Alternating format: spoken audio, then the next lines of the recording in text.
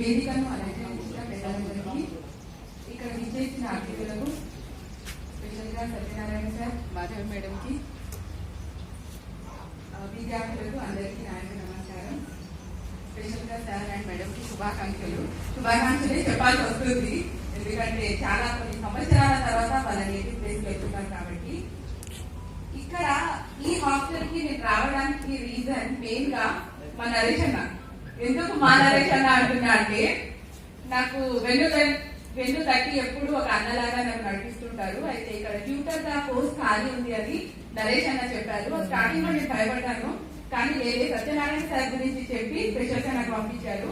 Once ఇక్కడికి వచ్చాక మళ్ళీ వెనక్కి తిరిగి చూడలేదు. నేను ఎవ్రీ ఇయర్ నేనే వస్తున్నాను. అది సార్ మంచితనం గొప్పతనం అయి ఉండొచ్చు. ఎందుకంటే నాకు కూడా ఎగ్జామ్స్ ఉంటే ఎప్పుడైనా రాకపోతే అంటే సార్ సర్వాన్ని కవర్ చేసుకుంటామా అని చెప్పేవాళ్ళు. సత్యనారాయణ సార్ పేరు ఎలా ఉందో నిండుగా, సార్ వర్క్ కూడా అంతే ఫుల్ ఫ్లెడ్జ్ గా ఉంటుంది. అది మనందరికీ తెలుసు. ప్రతి చిన్న చిన్న అంశం నుంచి, ఒకవేళ ట్యూటర్ అయినా కూడా మేము ఎలా చెప్తున్నాము, ఏంటి టెస్ట్ పెడుతున్నామా, మార్క్స్ తీసుకుంటున్నామా, అన్ని ఈచ్ అండ్ ఎవ్రీథింగ్ సార్ తెలుసుకుంటూ ఉంటారు. తర్వాత మాకు నోటిఫికేషన్స్ అవి ఏమన్నా వచ్చినా కూడా సార్ మా గురించి కూడా మాట్లాడుతుంటారు. సార్ దగ్గరికి వచ్చి మాట్లాడాలంటే కొంచెం భయం వేసేది, ఎందుకంటే మొత్తం ఇన్ఫర్మేషన్ సార్ దగ్గర ఉంటుంది ప్రతి ఎగ్జామ్ గురించి. సో ఇక్కడ మన మాధవ్ మేడం కూడా ఇక్కడే పరిచయం అయ్యారు. వచ్చాక మేడం కూడా మాకు చాలా ఎంకరేజ్ చేశారు. Thank you so much madam.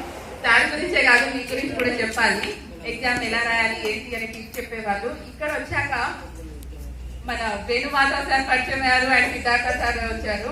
వీళ్ళ వల్ల కూడా వీళ్ళందరూ ఎంకరేజ్ వల్లనే నేను ఈ రోజు గవర్నమెంట్ జాబ్ తెచ్చుకోగలిగాను. Thank you so much sir.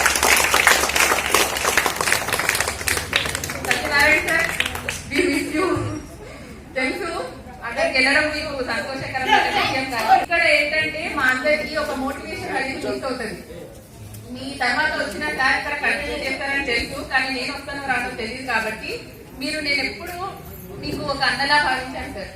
మీరు ప్రతి విషయంలో కరెంట్ అఫైర్స్ ఎలా చదవాలి, ఏ బుక్స్ ఎక్కడి నుంచి తెప్పించుకోవాలి అన్ని చెప్పేవాళ్ళు. ఒకవేళ ఫ్యూచర్ లో వేరే ఎగ్జామ్ కంటా మళ్ళీ మిమ్మల్ని అక్కడ కూడా వదలను. సార్ ఏం చదవాలని చెప్తున్నాను. Thank you so much sir. Venumadhav sir, Siddhartha sir, ఇక్కడ ఉన్న వాళ్ళందరూ సిబ్బంది కూడా. బాయ్స్ హాస్టల్ అయినప్పటికీ నేను చాలా భయపడేదాన్ని. నేనే కొంచెం చిన్నగా ప్రపంచాన్ని చూస్తున్నా, అలాంటి బాయ్స్ హాస్టల్లో ఎలా చెప్తాను అనేది.